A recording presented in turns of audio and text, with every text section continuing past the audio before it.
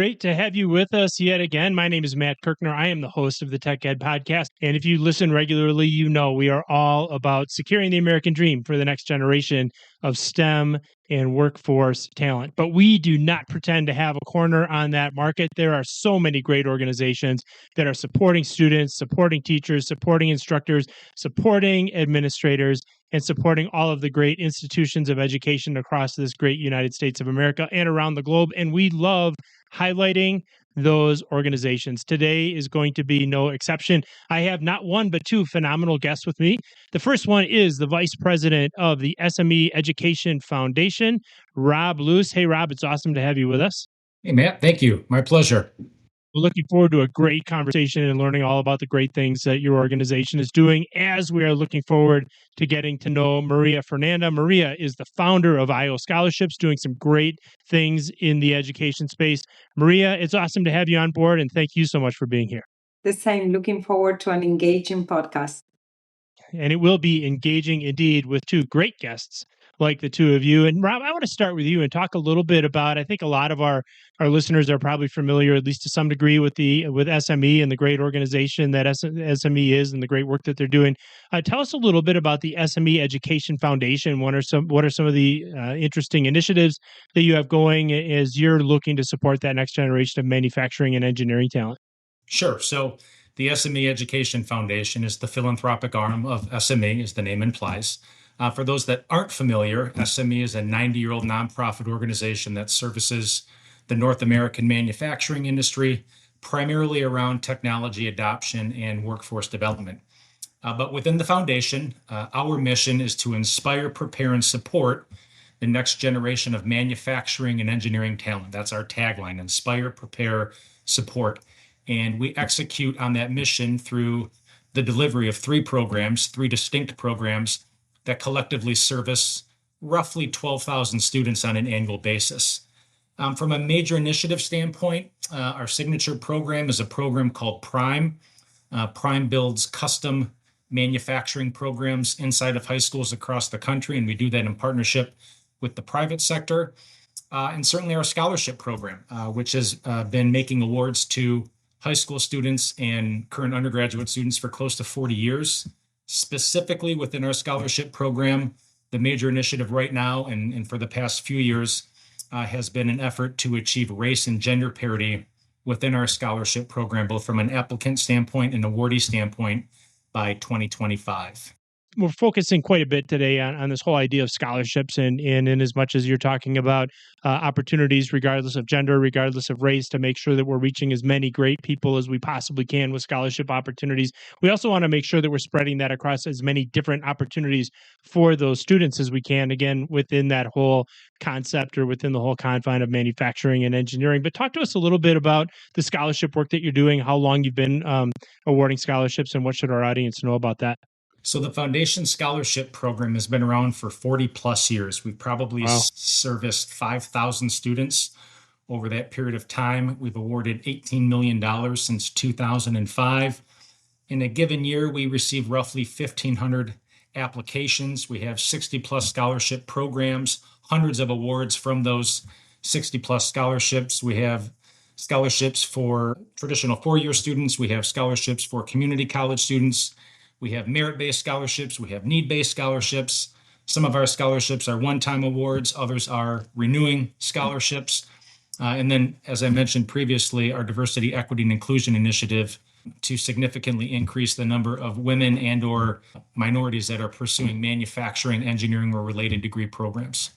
So many lives that you're touching, so many lives that you're changing through that scholarship work. So really a phenomenal story that you have to tell. Now, when we talk about scholarships, and I'll be honest, when somebody calls me and says, hey, we have this scholarship program, I'll admit you're usually thinking about somebody going on to a four-year university, perhaps out of high school, some version of higher ed that is a longer-term commitment. I know you've got a real focus right now on how do we increase the opportunities for students who are considering both community colleges and technical colleges. So talk to us a little bit about that. Is the perception correct? Are these kind of scholarships available for two-year college students as well? Well, I don't think your perception is wrong, because that's the perception of many individuals, right? When they think scholarships, they think traditional four-year university students, but we know that the community college system in this country is a tremendous resource, especially for the manufacturing community that is starving for talent. Unfortunately, within the Foundation Scholarship Program, of those 1,500 applicants that I mentioned a moment ago that apply every year for an Education Foundation scholarship, only 5% of those applicants are community college students. And we need to change that. And we're doing some things to ensure that we're talking to an audience that we just weren't talking to previously. Brian Albrecht, who is certainly a name that's familiar to the audience of this podcast. I think Brian's been with us at least twice. Did a tremendous amount of work at his former institution, where he's still the president emeritus, Gateway Technical College. I happen to serve on his foundation board, or on Gateway's foundation board now, and see all the great opportunities and see all the lives that are transformed through scholarships in community colleges. So let's keep talking a little bit more about this disparity between university students and community college students. You mentioned that only 5% of those are community college students. Why do you think that is? I mean, let's start with that. I think it's a number of things. Number one, and I mentioned this already, I don't think the foundation was marketing to a community college audience, certainly not as well as we could have been marketing to a community college audience in the past. So we're doing some things to ensure that our message is being put in front of an audience that we want to engage with, which in this case is that community college student. I also think there's somewhat of a reputation out there that scholarships are only for the traditional four-year student, that I've got to be pursuing a four-year electrical engineering degree, as an example, in order to obtain a scholarship. And that's just not the case, as you and I both know. Community colleges as well, have a lot of non-degree programs, right? A 12-week program or a 16-week program where I can obtain a certificate and immediately go to work. And typically, scholarship programs like the SME Education Foundation and others don't award scholarships toward those non-degree programs. So that population of the community college audience isn't necessarily eligible to apply and receive a scholarship. And then the last piece is just the cost, right? And general numbers, it costs roughly $100,000 for a four-year education experience. Where at the community college level, it costs roughly $10,000. So there isn't necessarily as much of a need, and I'm not saying there isn't a need, because we know there is, but there isn't necessarily as much of a need as there is if you're pursuing that $100,000 education. No question about that. And then I think we can also look to some of the populations that we're trying to serve, and maybe $100,000 to one person and $10,000 to another might feel like the same number, right? So we can get into that a little bit, and maybe a good way of kind of diving into that is talking a little bit about your perception and your experience in terms of some of the unique financial challenges that might face a community or technical college student. And full disclosure, I've got a little bit of insight on that as well, but interested in your thoughts on what some of those challenges might be. So to your point, there are socioeconomic factors at play, there are demographic factors at play. But generally speaking, I think a majority of community college students are having to do life while they do school. And life is expensive and life is time consuming. They have to deal with rent, and they have to deal with transportation, and they have to deal with things like childcare. And those are costs that a traditional four-year university student probably isn't incurring. So it's more of a financial challenge for that community college student than it is for your traditional four-year student.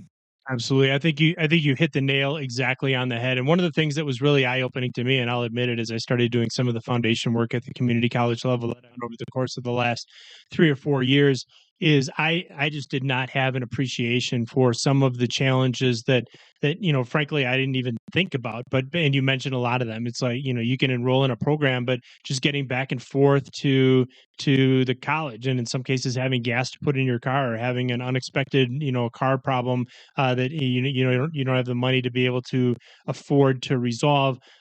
Students are in many cases checking out of these programs for reasons that that you never would have thought of. Food insecurity.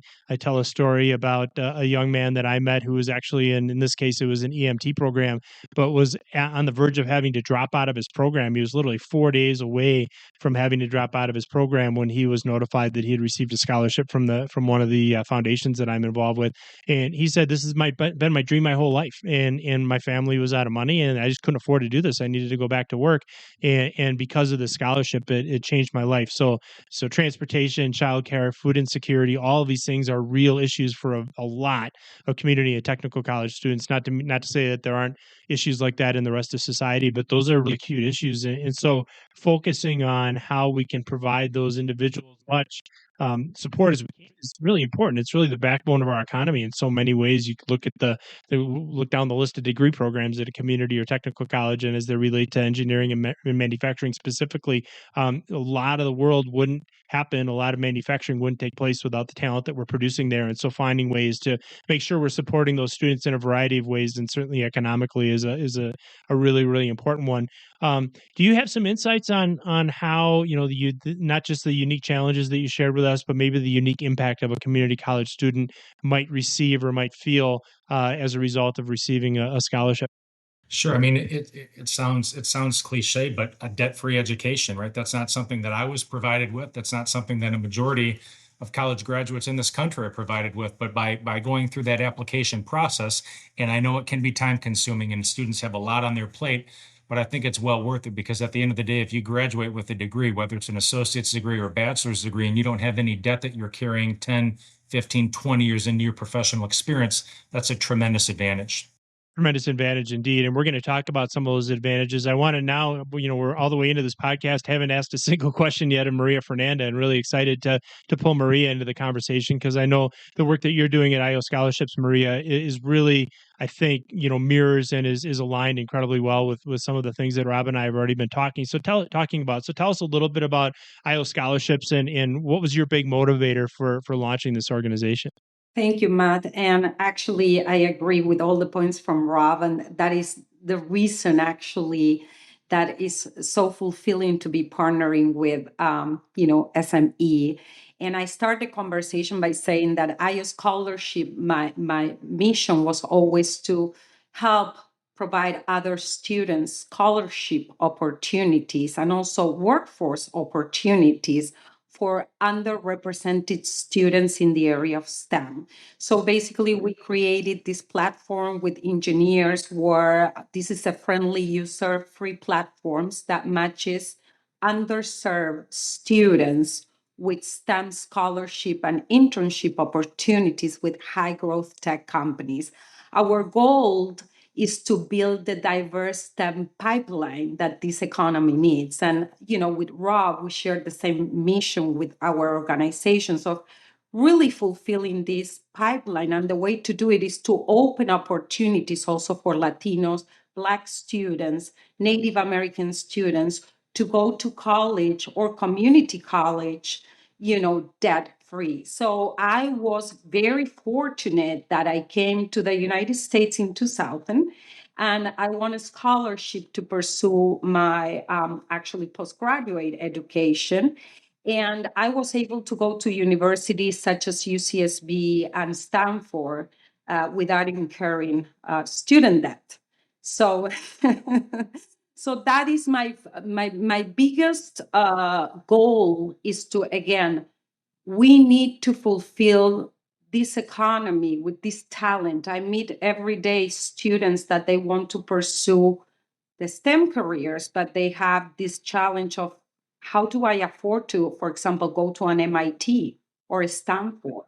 So at IO Scholarship, we open the doors with access to scholarships like the ones from SME that they're so powerful because they provide scholarship. They're the leading organization that provides scholarship for community college students and students that they might not go to a Stanford or MIT. However, there are other ways to pursue your dreams without going to a 4-year university. We even have a scholarship for students that they have a great idea in STEM and they don't have to even pursue a university career. So we have scholarship for undergraduates, graduates, and also we have internship opportunities to connect them with high growth tech companies.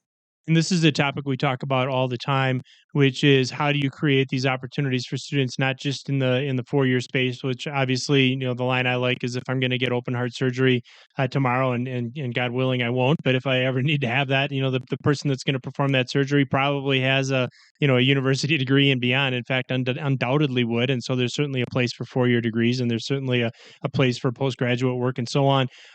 But you're right. You certainly don't need one to have a great career here in the United States of America. And there's so many opportunities in manufacturing and in engineering that don't require one, don't require all that debt, and can put you right into the workforce in a really expeditious manner, adding value for your family, and adding value for the U.S. economy. So really, really important insights that you have.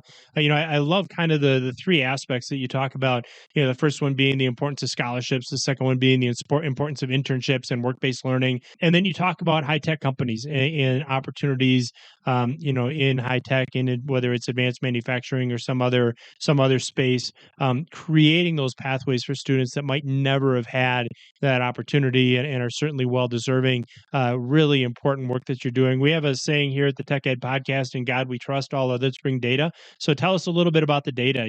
How many students are you serving? What are some of the outcomes that you've seen? Yes, we are serving. Actually, we provide access to over $100 million in scholarship for these students, and we are reaching over 10,000 students. We started 2 years ago, so thanks to the support of community organizations and reporters, we were able to reach this number, and we won't stop until the million IO scholars. Oh, awesome. So basically, our goal is to also develop this community. This is not a scholarship database. This is a community where other students feel reflected. We have, as you know, our IOScholarship Superhero podcast, where we feature diverse students in STEM, and their stories are unbelievable. And we saw the impact because the numbers don't lie. Unfortunately, less than 8% of Latinos actually, are represented in STEM. So that's a very low number. And only 3% of Latinas pursue careers in STEM. So we have to increase these numbers. And last year, based on the National Scholarship Provider Association, that we are members of that organization, $100 million were wasted because students didn't know about these opportunities. So there is a problem here, and that's why we were supported by over 250 reporters since we started this platform, and it's so important to really promote these opportunities. Now we are partnering with SME to promote these scholarships, because students have to apply. I always tell students, take this job as a part-time job. Let's say that you apply for a scholarship that is $10,000, okay? And you invest 10 hours of your weekend. That is $1,000 per hour. Right. So that is a very good return of investment. So where do I sign up for that, right? Exactly. And it's low-hanging fruit, Matt. It's low-hanging fruit, and I think Maria would agree. It's not rocket science. When we decided that we needed to dramatically change the gender and racial makeup of our applicant pool and our awardee pool, we started to market our program to audiences that we just weren't in contact with previously, like the IOScholarships, like the historically Black colleges and universities, like the student organizations that cater to that audience. We saw female participation double, we saw minority participation triple, and we saw minority female participation quadruple in the first year. So if you look, Rob, and you don't have to disclose anything that is confidential, but if you look at kind of the makeup of the recipients of your scholarships over the course of time, if we look back 3 or 4 years, and I know this has been a really big focus for you of late, what percentage of your scholarship recipients were from underrepresented or underserved communities, as opposed to what that number looks like now? It's if I can quadruple a number if I start with 2 and I end up with 8. Give us a little bit of a sense for what that looks like. It used to be 3-to-1, and we're very, very close to 1-to-1. I fully expect to hit our goal by next year's scholarship cycle, which begins in November and closes in February. Congratulations. And I mean that sincerely. That's phenomenal progress. And Maria, you kind of snuck this in the last answer. It sounds like I'm not the only one of the group here that has his own podcast. You actually have a podcast, correct? Yes, that's correct. We started the podcast because what we realized that a lot of Latino and diverse students of color, they don't pursue these careers because they don't feel that seen or reflected in the workforce. So we have to increase that representation. The way that we increase that representation is having students tell their stories that they look like them and they come from those type of challenging backgrounds. So when they're able to be reflected by those students and they're like, oh, he's Latino, he went to community college, he actually had a full-time job, but he was able to get into the workforce, and these are the highest paying jobs in the industry. So basically, it's so important for the students to be heard and reflected, and for us to provide also scholarship and tips of how to apply for scholarship, win scholarship, how to get a job. Some of our students now are working at NASA and other big companies. So it's about having those type of role models and those students that can actually motivate other students to pursue careers instead. Because the reality is that I want to open opportunities. The opportunities, and if we can open doors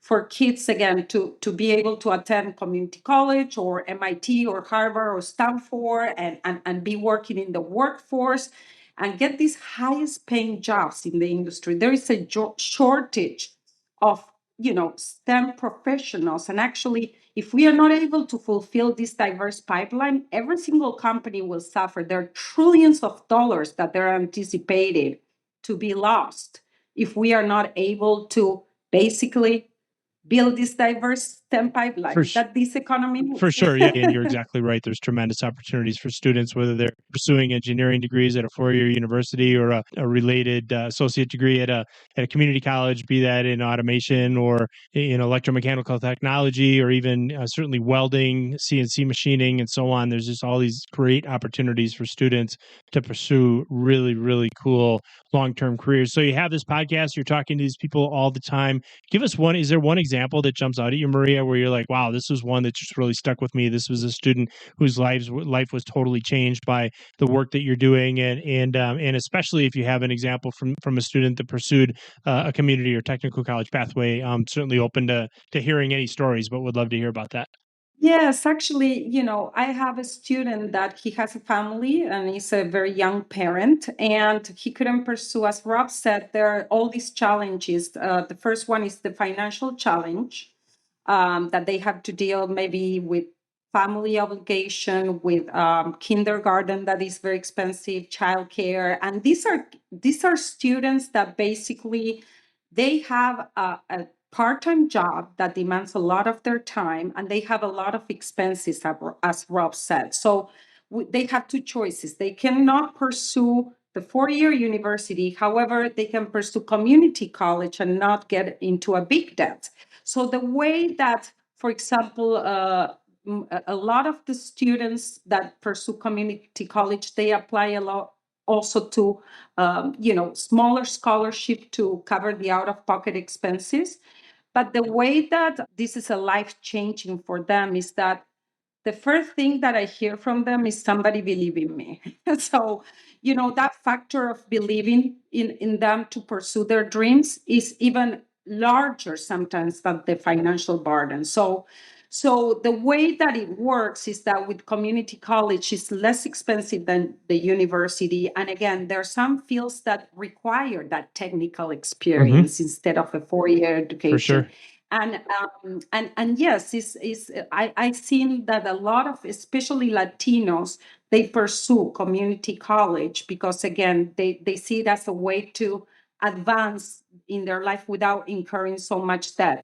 Absolutely. So there's the benefit of not incurring the debt, and there's the benefit of getting into the workforce 2 years earlier. So you think about the fact that for those 2 years you have income coming in, and some of these jobs can pay 50, 60, $70,000 a year. So rather than trying to work your way through an associate degree program and support a family in this case, and make sure that you're paying your tuition and covering the cost of your books, your Wi-Fi, and whatever other costs go into pursuing that opportunity, you're in the workforce 2 years sooner and earning money 2 years sooner in a really, really rewarding job. And I think the other point to be made is that these career opportunities that flow out of our technical and community colleges, it's not like you step into a job and that's the end. You can continue your education pathway if you choose to. You can seek a promotion. You can find opportunities to grow within the company. These are spaces where you can start out at one level and work your way all the way up to running or owning the company. And so really awesome opportunities that we're talking about here. Speaking of awesome opportunities, Rob, I know our students and teachers that are listening to this podcast are saying, wow, I had no idea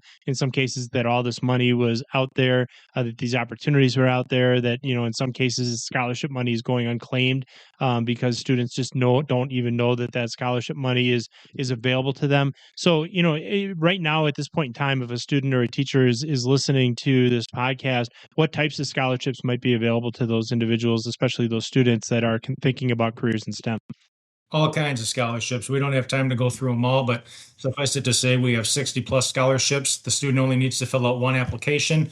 Our system will automatically determine which scholarships they are eligible to apply for. The process by which they are evaluated is largely automated, and then we let them know in April whether or not they've received an award. So if there are any teachers, parents, students listening to this podcast, I would highly encourage them to visit our website, smeef.org. Stands for SME Education Foundation, smeef.org, and it will be very clear as to what you need to do to apply for that scholarship. Perfect. We'll make sure and link that up in the show notes as well. So let's talk about, what are these students thinking about studying? What career choices are they pursuing? What are their areas of study? And then, if I'm a student, maybe I'm not even aware of the criteria that's available to me. Do I have to be a straight A student? Do I have to be, a perfect student? Tell us a little bit about the criteria that you look at and that your Rob looks at when you're considering whether or not a student is going to receive a scholarship. Yep. So every scholarship program, and again, we have 60 plus scholarship programs. Every scholarship program is a little unique in its criteria, but generally speaking, I would say you need to be a graduating high school senior or an undergraduate student that is pursuing a manufacturing, engineering, or related degree program. And related degree is somewhat of a catch-all, and there are 50 or 60 different degree programs underneath that bucket. So we're pretty flexible. But you need to be pursuing a manufacturing, and engineering, or a related degree program at an accredited university or community college in the US or Canada. GPA, our minimum GPA is 2.0. Some of our scholarship programs we require 3.0 GPA, but again, the student need not worry about that. They need only submit their application, and then our system will automatically identify the scholarships that they're eligible for. As our students and teachers are listening to this episode of the Tech Ed podcast, and we've now piqued their interest that there's literally, I hate the term free money, but it's almost like free money that you can take advantage of to fundamentally change your life and put your life on a trajectory and create opportunities for yourself that you never otherwise would have had, thanks to the great work that both IOScholarships and the SME Education Foundation are doing. What a phenomenal conversation we've had. Rob, you already mentioned where our listeners can go to find out more about scholarship opportunities. Maria, I want to make sure we give you that same opportunity. Students are number one interested in IOScholarships and the great connections you make, and also you might as well do a plug for your podcast and where can folks find that as well. Yes, so they can go to IOScholarships.com, and we have, again, over $100 million available in scholarship and internship opportunities. And some of the scholarships, they're time sensitive, like the SME Education Foundation February 1st, but others, students have time until the end of the year. So we have scholarship for high school seniors and also graduate and postgraduate education. So again, it's a free platform called IOScholarships.com. And we have also our podcast, the IO Scholarship Superhero Podcast. Oh, fantastic. Excellent. So we'll make sure and link that up in the show notes as well. So anybody that heard that great plug for your podcast and the great work that you're doing, Maria, we'll make sure that we send them your way as well. We've had a phenomenal conversation so far today on the Tech Ed podcast with Rob Luce, Vice President of SME Education Foundation, and Maria Fernanda, the founder of IOScholarships. We're going to wrap up here with the same question we love asking every single one of our guests here on the Tech Ed podcast. We get so many great examples and such phenomenal advice. And certainly for an episode like this, where we know we're going to have a lot of young people tuning in to learn about the great opportunities and the availability of scholarships to put themselves on a really cool career pathway. So as we're thinking about that, Maria, we'll start with you. And I want to go back in time and let's go all the way back to when you were a 15-year-old. You've got your whole life ahead of you. Certainly guessing that was before you came here to the United States and had this great opportunity, great education pathway that you spoke about earlier in the podcast. But if we go back to that point in time and you could give that young lady one piece of advice that you would want to stick with her for her entire life, what would that piece of advice be? Probably will be embrace failure. It's so important that students understand that this, is a journey. So, and be very intentional. I remember at 15-year-old not having like a clear vision of where I was going in life in terms of like, you have so many decisions to learn, but I realized that the older you get, the less risk you can take because the younger you get, the less responsibilities you have. So embrace failure. What I'm saying, learn from the mistakes because that will take you further. And if there is a no, there is a better opportunity out there. If one scholarship committee say you are not the right candidate for these scholarships, continue applying. There are other opportunities. So embrace failure, and I will say, and be very intentional also. I met a 12-year-old lady that actually she also have her podcast, and she's very intentional of where she wants to go. But to have clarity and purpose and being more focused because students are pointing out in different directions is so important. Really, really good advice. When you think about embracing failure, and I've had a mantra, and it's not my own. I got it from somewhere else, but the idea that successful people are just the ones that stood up one more time than they fell down, and so we can fail at something and dive right back into it and stay at it. Be intentional about it. Be purposeful, as you suggest, and that is a really, really good way for any 15-year-old and really anybody on the planet to look at life and to put themselves on a pathway that is going to be something they can look back on and be very, very proud of and know that they made a difference for themselves, for their families, and for the rest of the world. So, Rob, I want to make sure we give you the opportunity to answer exactly the same question, and we're going to take you back in time as well. All those years ago, or maybe not so many years ago, but when you were a 15-year-old young man and had your life ahead of you, and if you could give that individual one piece of advice, let's hear it. I love this question, Matt. If I was speaking to my 15-year-old self, I would say be gritty. Knowledge is important, yes, but understand that degree or that certificate is the ante to play. Everyone's got it. You separate yourself with your work ethic, with your perseverance, by being bold and speaking outside the box, and having a willingness to do the small stuff, the less glamorous stuff that others quite often aren't willing to do.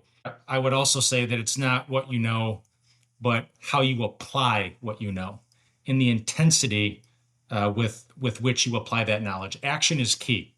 And a gritty mindset will usually produce active results. So speak up, engage, seek learning opportunities, be gritty. Gritty. I love that as well. It reminds me of another one of my favorite sayings. Opportunity is missed by many because it comes dressed in overalls and it looks like work. And the truth of the matter is that if you're willing to be a little gritty, to be willing to do, as you suggest, some of those things that maybe not everybody else is begging to do, but showing that you've got a great work ethic, that you've got a really, really strong interest in making a difference and setting yourself apart. And I think if we take all of that advice here that we've heard on the Tech Ed podcast and this whole idea of making sure that we're doing things with purpose, making sure that we understand that it is okay to fail at something, that you don't have to be perfect, and understand absolute grit and tenacity and persistence that you suggest is a real part of the recipe for long-term success. And I think just two great pieces of advice here from both of our guests here on the Tech Ed Podcast. Rob Luce, the Vice President of the SME Education Foundation, and Maria Fernanda, who is the founder of IOScholarships. Both of you doing incredible work, making the world a better place and helping the world live out our mission here on the Tech Ed Podcast, which I think is in a lot of ways aligned with the missions that the two of you have, and that is to secure the American dream for the next generation of STEM and workforce talent. I want to thank you not just for being with us here on the Tech Ed Podcast, but for the incredibly important work that you're both doing in your organization. Thank you, Matt. Thank you. My pleasure. Thank you for the opportunity. Isn't that incredible? All of the resources that are available to students who are interested in manufacturing and STEM pathways. I learned so much in this episode from both the SME Education Foundation and from IOScholarships. Make sure you're sending your students in their direction. They're doing so many amazing things. We mentioned the show notes a bunch in this particular episode, and make sure you're heading over there to learn all you need to know about our two guests and their organizations. To get all of the show notes and the links to resources mentioned in this episode, you are going to want to go to techedpodcast.com/SME scholarships. That's techedpodcast.com/SME scholarships. Don't forget that we are active on all kinds of social media platforms, including Facebook, LinkedIn, Instagram, TikTok, posting all the time about not just our new episodes, but any new insights and great content. So find us on your favorite social platform and say hi.